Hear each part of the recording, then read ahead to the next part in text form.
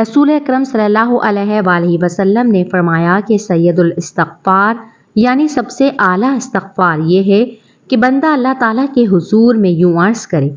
اللہم انت ربی لا الہ الا انت خلقتنی وانا عبدک وانا علی عہدک ووعدک ما استطعت اعوذ بک من شر ما صنعت ابوء لک بنعمتک علی وابوء بذنبی فاغفر لی فانہ لا یغفر الذنوب الا انت۔ اے اللہ، تو میرا رب ہے، تیرے سوا کوئی معبود نہیں، تو نے مجھے پیدا فرمایا اور میں تیرا بندہ ہوں اور تیرے عہد پر اور تیرے وعدے پر قائم ہوں جہاں تک مجھ سے ہو سکے۔ میں نے جو گناہ کیے ان کی شر سے تیری پناہ چاہتا ہوں۔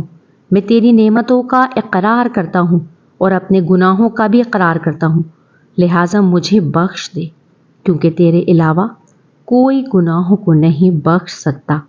رسول کریم صلی اللہ علیہ وآلہ وسلم نے فرمایا کہ جس بندے نے اخلاص اور دل کے یقین کے ساتھ دن کے کسی حصے میں اللہ تعالیٰ کے حضور میں یہ عرض کیا، یعنی ان کلمات کے ساتھ استغفار کیا، اور اسی طرح اگر کسی نے رات کے کسی حصے میں اللہ تعالیٰ کے حضور میں عرض کیا اور صبح ہونے سے پہلے اسی رات میں وہ چل بسا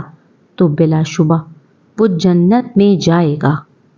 حضرت علی رضی اللہ عنہ سے روایت ہے کہ مجھ سے حضرت ابوبکر صدیق رضی اللہ عنہ نے بیان فرمایا، جو بلا شبہ صادق و صدیق ہیں،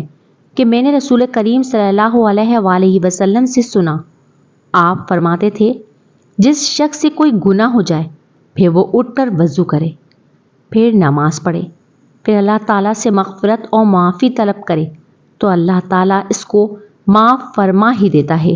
اس کے بعد آپ نے قرآن مجید کی آیت تلاوت فرمائی: وَالَّذِينَ إِذَا فَعَلُوا فَاحِشَةً أَوْ ظَلَمُوا أَنفُسَهُمْ